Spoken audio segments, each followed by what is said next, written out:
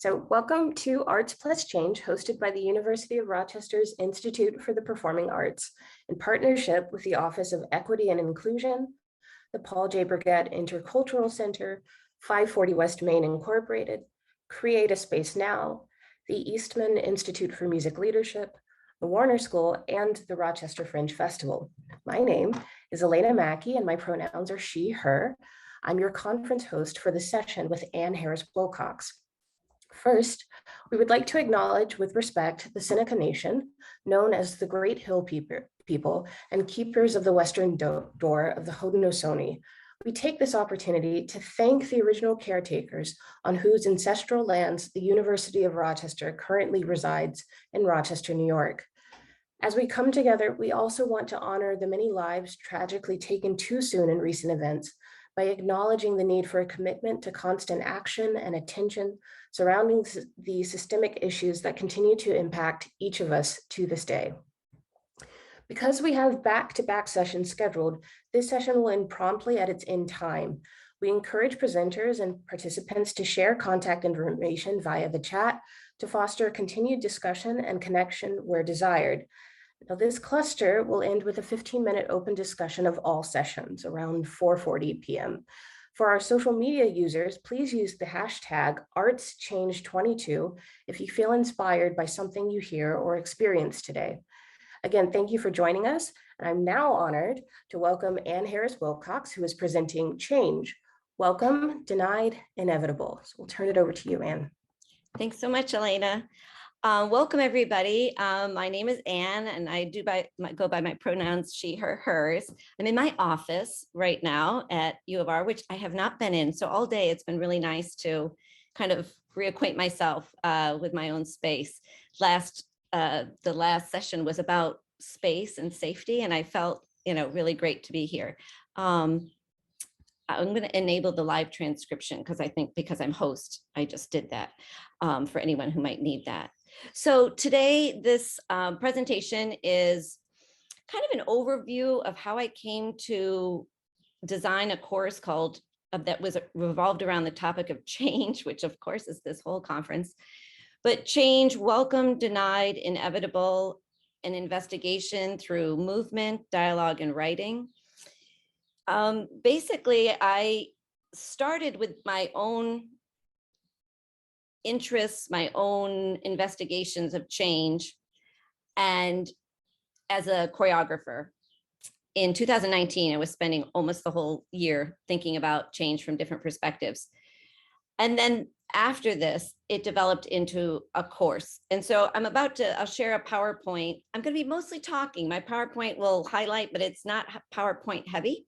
So I'll start with the sharing and then basically run you through the background, some of the course, hopefully be able to do a typical activity that we might have done in the class, and then have time for ideas about 2 more iterations of this class that I at least get to try at some point in the coming years. So let me share my screen. There it is.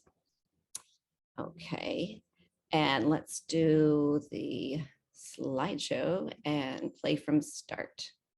So this is just the title. Obviously, I am on the faculty of the program of dance and movement, and have the good fortune of having had the opportunity to be allowed to teach this class through the program's blessings, but also through a grant, a Humanities for Life grant. And I just wanted to recognize that before we start this. I start with a quote that one of my students brought in, and I just thought it so beautifully summarized kind of the perspective of this class, because the topic of change is colossal. Obviously, we know from 4 days of a conference, and we still are scratching the surface in some ways, right? So this is by Rumi. Yesterday I was clever, so I wanted to change the world. Today I'm wise, so I am changing myself. And the notion that why that struck and resonated with me personally, but also for this class, is that as I approach the tsunami of responsibility, sometimes of change and how you want to go about it, sometimes we have to remind ourselves that we need to start with ourselves. And so that is the perspective that I've tried to infuse in the class. And so that's why I start with that quote. So a little background.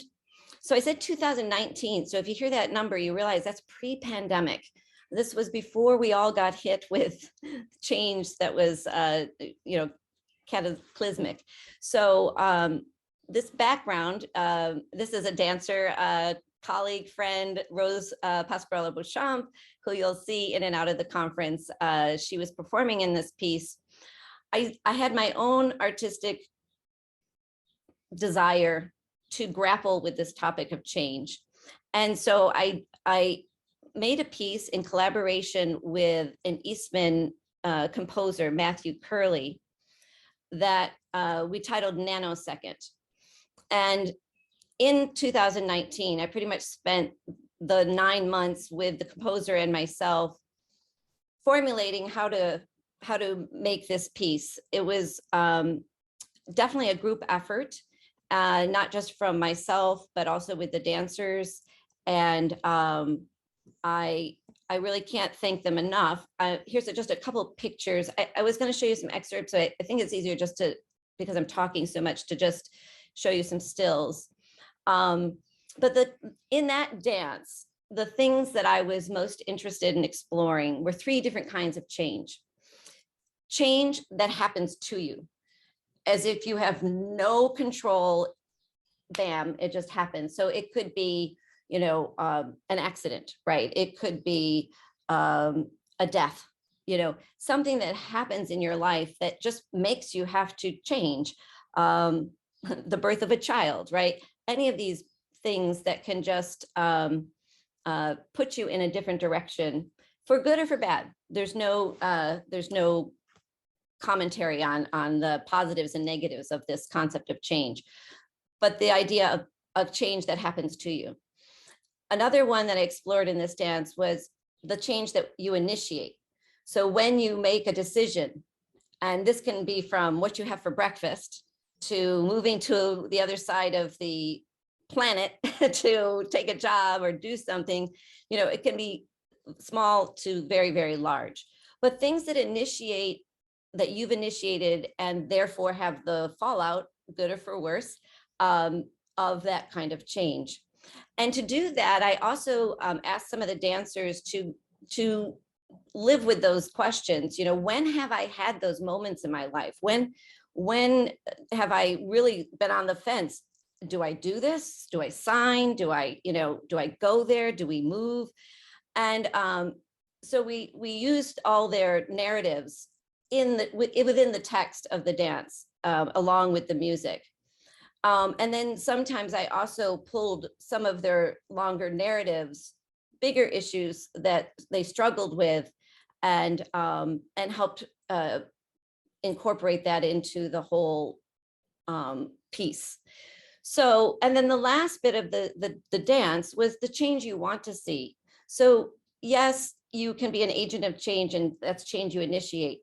But I was thinking that what happens before that? We have to envision, we have to be able to imagine that this change can happen.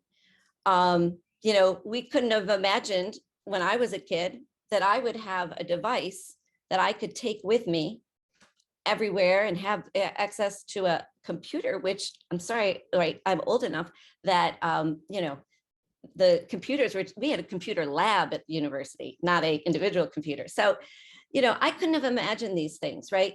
But someone did. Someone could imagine one step at a time to get us there. And so changes we want to see, we have to be open to ideas. So again, I went to the dancers and asked them about what do you want to see? How can you imagine this world a better place? And we use that to formulate movement, to formulate some spoken word. And so here's the panel of them at the end, kind of with the physical blocks of building something from scratch into something bigger. just a very light metaphor. But anyhow, these were the things within the piece that I was struggling with as an artist in trying to express my relationship to change and how I orient myself through some difficult moments. But again, I didn't do it alone. So the project, we got to perform it twice. Once at the first was at a Fringe Festival in 2019, and then in 2020, very shortly after, we did it again at a regional theater here in Rochester, New York, called Jiva Next Stage. And it was interesting because within that span of time, the COVID virus was, we are hearing about it, right? And within this dance, it's kind of interesting that there was, there's a section where I had a dancer pass out face masks to dancers, and then they put them on and they went about doing their daily life, which was movement material. Because this was a new norm that we were exploring. And when I first did in October, that was one thing. By January of 2020, I couldn't find a mask in Rochester. There was not a mask at every store. I went to multiple stores, and even at the lab. So we ended up using masks that I still had. So I was like, this is yours, don't lose it, right? But just a foreboding within that was very interesting to me. So when this project was over, I just had a feeling of like, wow, this topic is just too, it just needs to go on. So I saw the opportunity for a course development grant through the Humanities for Life program, and I applied thinking that we could make a course that then explored this idea with students. And the general concepts I have listed here, I'll break things down as we go, but here are some, I think I have about 5 that are basics. So first and foremost, that life is change. One reason why I like the chrysalis as this image is, that we know that the flat line in the medical field on that monitor means a cessation of the heart, right? So we think that is the end of life. But, even in that reality, it isn't the end of change. Our bodies still will change. We will still keep changing. So the idea of the cycle of life and death is the essence of our being. So that is one of the foremost things in the course. And then the idea of everyone's perspectives. I enjoyed having my 8 dancers to talk this through, and they came from different backgrounds. I wanted the students to be able to feel like they could add their perspectives and then reach into the community for other perspectives to inform us. And I'll go into that with more detail in a second. And then also interested as an artist, as a choreographer, how artists respond to change, and how we look to the storytellers, how we look to the artists to give us sanity or to guide us, through times of change, comment on times of change. So I was really interested in having the arts throughout the whole semester be right at the forefront of our conversations. The idea was to have students have a personal relationship with change, that yes, we're talking about change on a big scale, but what about change in my own life, right? In their own life. And then ultimately, could they make some kind of creative expression? Could they formulate some kind of creative expression from this experience, from taking this class and bringing their thoughts and ideas to it? So again, here is a team of amazing people that, helped me this go round.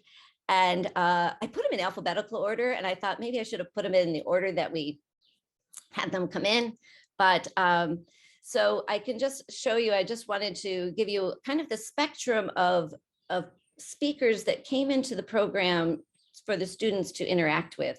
So Maya Aptean is a U of R linguist, and she her specialty is on the change of language. And so she, I thought, would be a marvelous contributor to the class. Paulo Borelli is in our economics. He's actually a game theorist, but he spoke more about economics in general and understanding concepts of supply and demand, and was a little bit more on the economic side and not on the game theory side.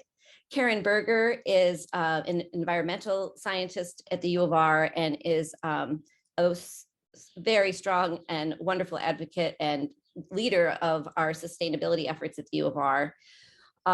Michael Brennan is someone who I brought from the community as an example of an agent of change. He is a doctor of nurse practitioning. He has devoted his life in so many ways to bringing health and health care to populations that don't have that, including Annunciation House in El Paso, Texas, where he works with people, that's a border town, that have no ability to have medical access. So then Dance Exchange came in as a guest artist. We shared this opportunity with Missy's class that she's doing a presentation on. Is it Sunday or Saturday? Okay, tomorrow. So that we'll hear about. And so Dance Exchange came and added their work with community that's so amazing, and the ideas of change, and also change of working intergenerationally and listening to different age perspectives as a creative sense, and also just as a sense of energy and wisdom. Calvin Eaton was actually our kickoff presenter, and 540 West Main is one of the sponsors of this this conference. And 540 West Main is dedicated to anti-racist learning of every kind, whether it's through the arts or through advocacy or through workshops and resources for the community.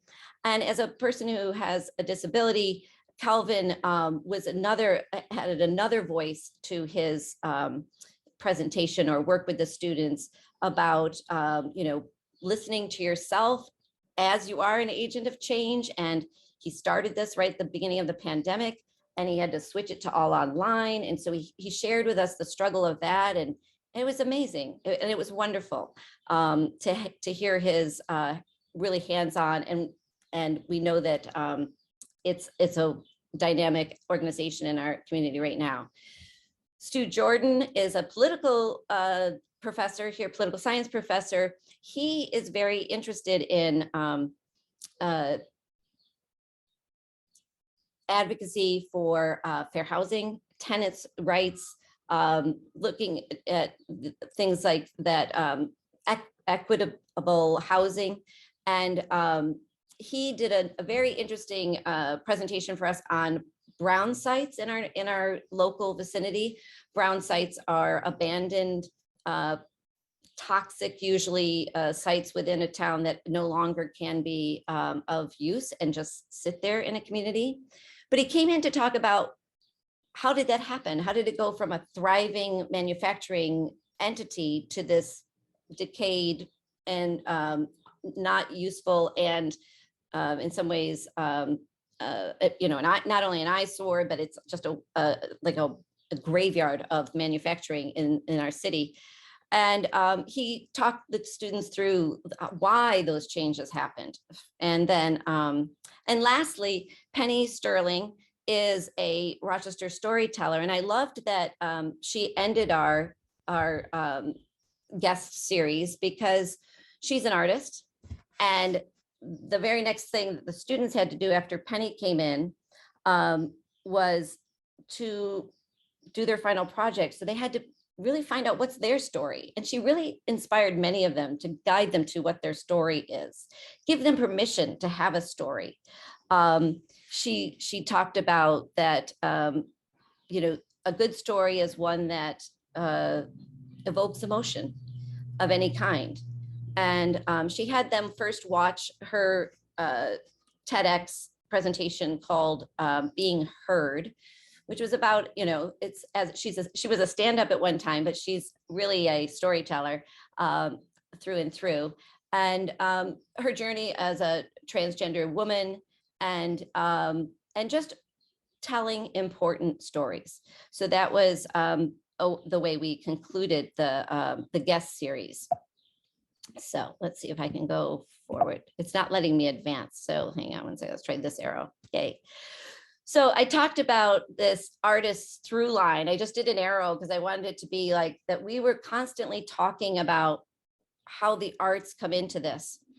And with all those guests and all this, it's like, how the heck, did you organize that? So I thought next I would just show you just my, these two major questions, and then I'll kind of guide you quickly through the how I organized, put a framework around all this stuff.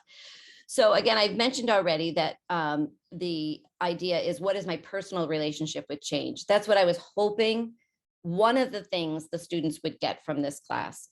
And then also they were to make a creative statement or piece based on that relationship. And I asked them to think about, is this change for you a welcomed one? Is it a denied thing you're dealing with? Is it an inevitable change? Or is it not any or combination of those? Because not all things are fit so perfectly into that. Okay, so here are some learning objectives. They're color coded to match our program learning objectives, but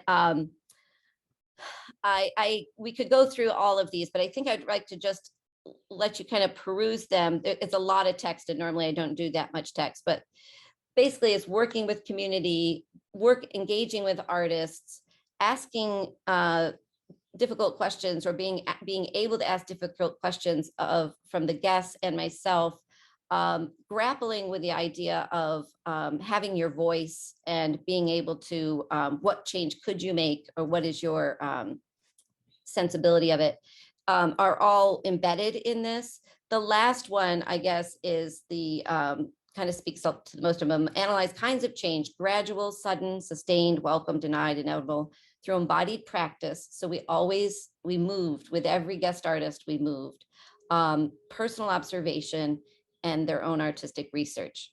So I'll break that down just a little bit for you. So they had one assignment that we started with called Stay With It. Stay With It was something to the idea of sudden change is one thing, but what about gradual change? Or what about change that doesn't seem to have any change evidence of change at all until you stay with it? So they had to take something, anything that they wanted, that they could focus on for about 5 to 10 minutes every week, and journal their experience with it throughout the whole semester. So they should have at least 15 back and forths with this. Someone chose a piece of music to listen to. Someone chose an art work that they found interesting. It varied on what people chose to stay with. But then, so they had a sustained ongoing assignment throughout the whole semester. That was one. I started with nanosecond because I wanted them to know that I was right in there with them, trying to create an expression of change. And so they watched nanosecond and gave me some feedback of what they got from it, and started to, well, why did you do it this way? That kind of thing. So they could look at artistic choices for good, bad, or indifference. And then we started with an intro with the body. So we're using, went to, the seminal Peggy Hackney's Making Connections, and what is fundamental? Well, movement is fundamental, relationships are fundamental, and had them read that chapter and explore relationships in our bodies, and then the concept of change in the self. We started with body. Then we progressed into our first guest speaker, the idea of being an agent of change. We talked about being an agent of change in your body as well. But so we included Augusto Boal's Theater of the Oppressed, just the one chapter that's on the poetics of oppression. And they did a photography, they mirrored a photography lesson that is contained within that, that is letting a photograph tell a story. And you ask a question and everyone takes a photo, and the photo tells the story. so that they could have the idea that it could be nonverbal that's not in their body. And then as we started to bring in the guest artists, I tried to design 3 classes per guest artist. So there's a prep, there's the guest themselves, and the guests would weigh in on what they wanted the students to do if they had a strong feeling. And then a post, how could we follow up on that? And sometimes that post ended up being 2 days, but roughly speaking, 3 classes per guest was how we orchestrated it. And then at the end of every month, this class meant 2 days a week for 75 minutes. At the end of every month, they did a presentation because I wanted them to also have the chance to research on their own and present with their own thoughts and ideas. And so they do 4 presentations in total. The first one was about a change in my field. So not my field personally, their field. So it was, or it could be, so that it could be in their major or their major field of interest. So they had to research someone to come in and talk about how were they a game changer? How did they just make everyone think a new thought, practice a new way? And so that was the first one. The second one was a change in literature. And every good story has change in it, but I tried to use topics or give them options that had change as as the central theme. So here were some choices I threw out there because they're mostly books I have read, but they also could say, here, Anne, this is a book I want to read. It definitely applies. And then they presented on it. So these are all, I don't know if you know some of them, but there's classics in there. Metamorphosis, Franz Kafka, The Picture of Dorian Gray, the change that happens in The Absolute True Diary of a Part-Time Indian, which is Sherman Alexie. That's a fairly recent book. The Vanishing Half, Britt Bennett. All of these, there's a big range of contemporary and different perspectives coming through. So I was hoping no one could choose the same book, so we would get at least that many other possibilities. So I'm not going to, these are my resources that come from the assignments.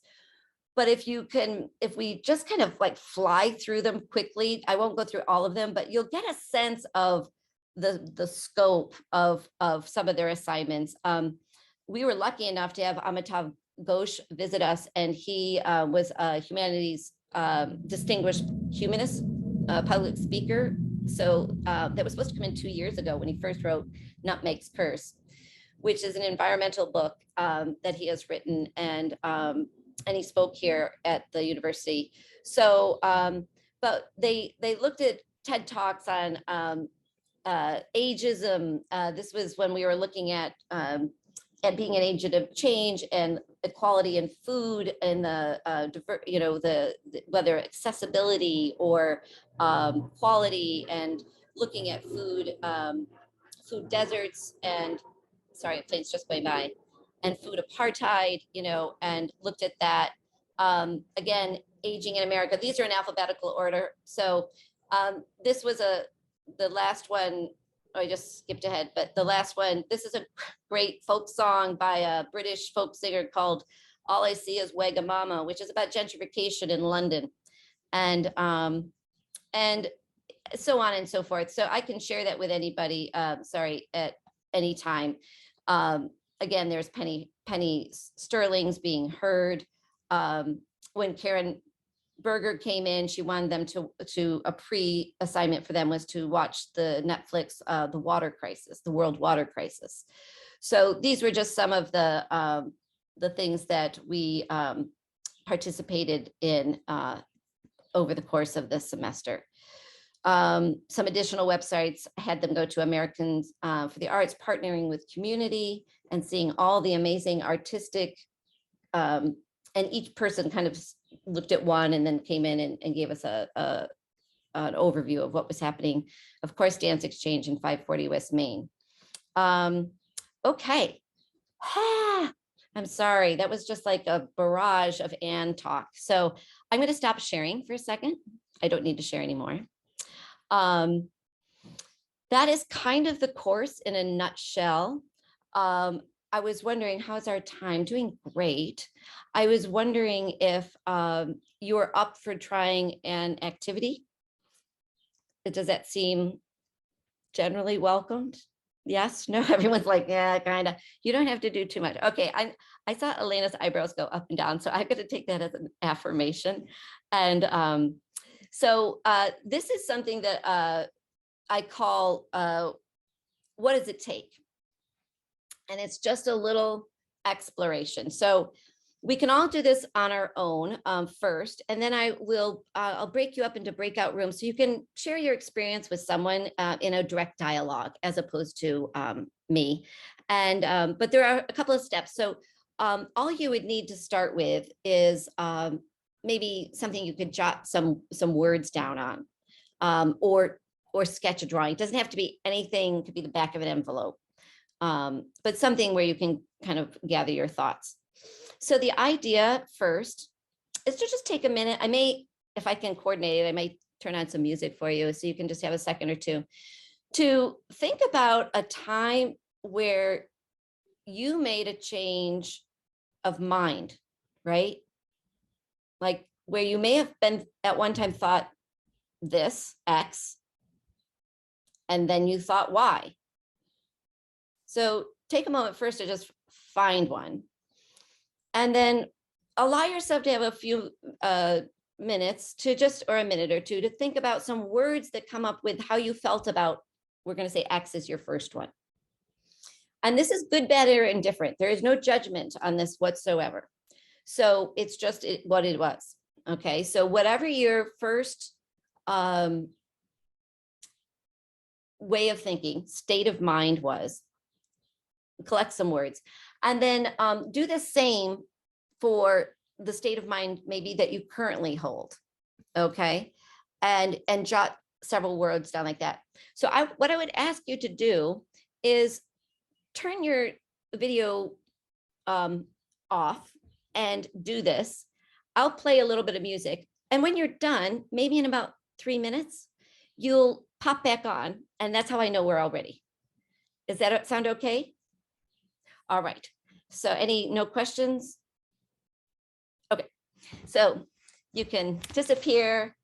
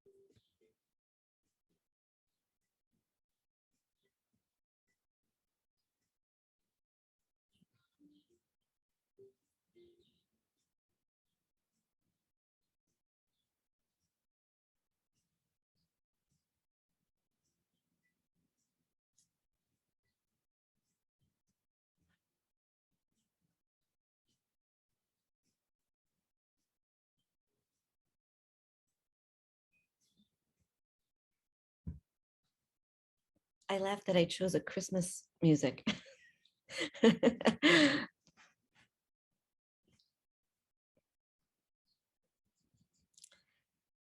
Great. Good. So we have some words there, and some of your words, I'm sure, have different energies, different sounds, different power behind them. So the next task is also something that you will do by yourself, and then then we'll go into breakout rooms. So allow yourself to go to your state of mind, X state of mind, and create, it can be a gesture, it can be a shape, it can be some movement that expresses non-verbally those words that you put down. And if you have a long list, maybe just choose a couple that somehow reflect that state of mind in your body. Do the flip side, just like you did with words, and do the same for a couple of things that you have in your Y state of mind. When you have that, you're going to come back again, and then I'm going to break you into breakout rooms. So you'll have movement for X and movement for Y, and you'll come back to me, and then I'll send you to a partner. Sound okay? Okay. So how about another 3 minutes to do that? So at 39 plus 3, 42. I'll just say hello. Okay. Very good.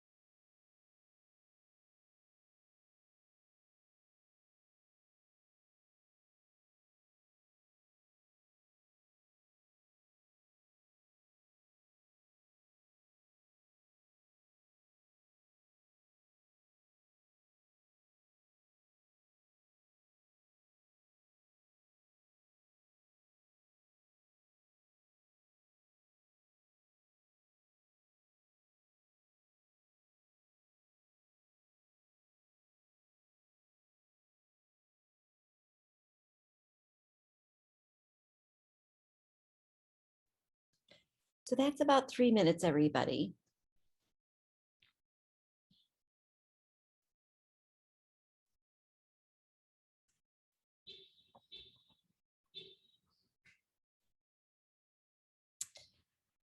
Great, wonderful. So we're going to go into random groups of 2. And please take a few minutes to discuss. And then I'm gonna, can I put a question? I can broadcast a question, right? So I'm gonna broadcast a question to you, and you'll have a little bit of one more task or thought way to modify this, and then we'll come back. Okay, so let's share these words, these experiences. You can share the movement too if you want to. That's going to be up to the two of you. All right, so there's no must-dos right now. So just share verbally or non-verbally with what you have. Okay, great. Welcome back. So we don't have a ton of time, but I did want to just open it up for a possible share time of either what came up with your partner, or if you just want to, if you did want to show, you're more than welcome to, and we can just take it from there. So I'm just going to open the floor and mute myself. Would you like to share, Mayana? Okay. Yeah. So we'll just share a movement. Ready?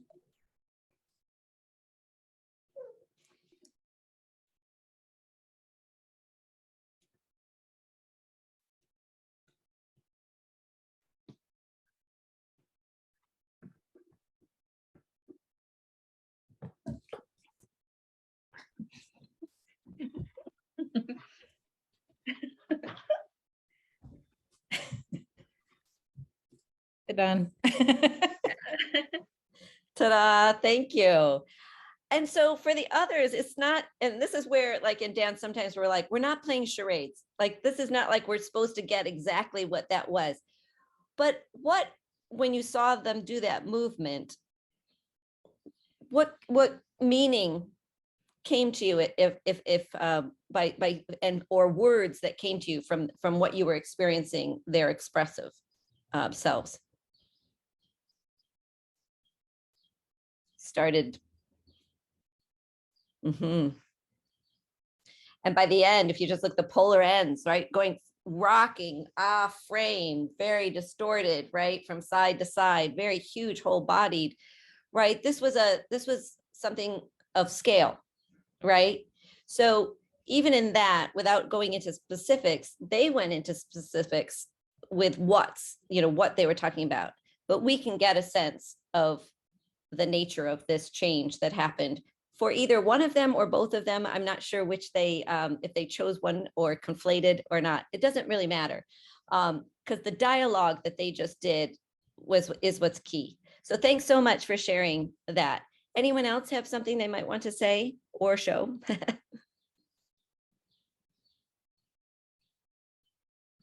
I just want to say that something is great about this reliving the moment, reliving the memory through the body. And I think it's helping us to understand deeply how we're dealing with that change, coming back through movement. And just this awareness of change. Question is, what awareness of change gives us, or what do we learn about ourselves through this awareness? Thank you, Natalia. Yeah, absolutely. And I think actually the key thing, you have these polar experiences, but what was that transition like? Was it something that you gradually came to terms with? Was it more like a closed door, and that's it? You had a different concept, and so they all are possible. It's just, what was it and how did that affect you? Maybe you feel you're in Y state of mind because of that transition even, or maybe you're in Y state of mind and it was a healing thing. Maybe it was the opposite, right? So this kind of change dynamic is what we were grappling with in the course. So I'm just going to finish. I have only 2 minutes left. I'm glad that we have this question and answer at the end. I did just want to share with you that at the end, I only had 6 students in this class. and that was an issue. I wanted to just share very quickly, just a couple of things that are on my mind that I didn't get to very, very quickly. And then it may generate, thank you for your participation too. I just really love that you dove in there. There was my students on presentation day. I just a couple, if I had to do over, which I'm going to get to do, I really want to hear ideas that come to mind as you're thinking about a class like this. For me, I just felt overwhelmed by being able to cover this topic. Still am so excited to keep going with it. I had a blind student. I had to change my curriculum significantly 2 weeks before the class started because I had way too many visual heavy assignments. So that was great for me. I loved it. And she was a marvelous contribution to the class. We had a small class because it wasn't advertised as largely as possible. COVID was always a concern. I want to bring in more Buddhist philosophy because that's the whole Buddhist philosophy is on the nature of change. And I didn't touch that at all. And I'm thinking about more activism as part of final projects and not just creative, but I was very happy they made 6 amazing creative final projects. And lastly, I'm grateful for the support of my guests, the department and everything. And I was grateful I had a small class, even though I said it was also a problem. So I think I'm hearing the bells ringing. So we must be there. Let me stop sharing. There we go. Yeah, There. unfortunately, we are at time, which is really too bad because truly, Anne, this was an amazing presentation. I thank you so much for being here today. Thank you all. also to our participants. Yay.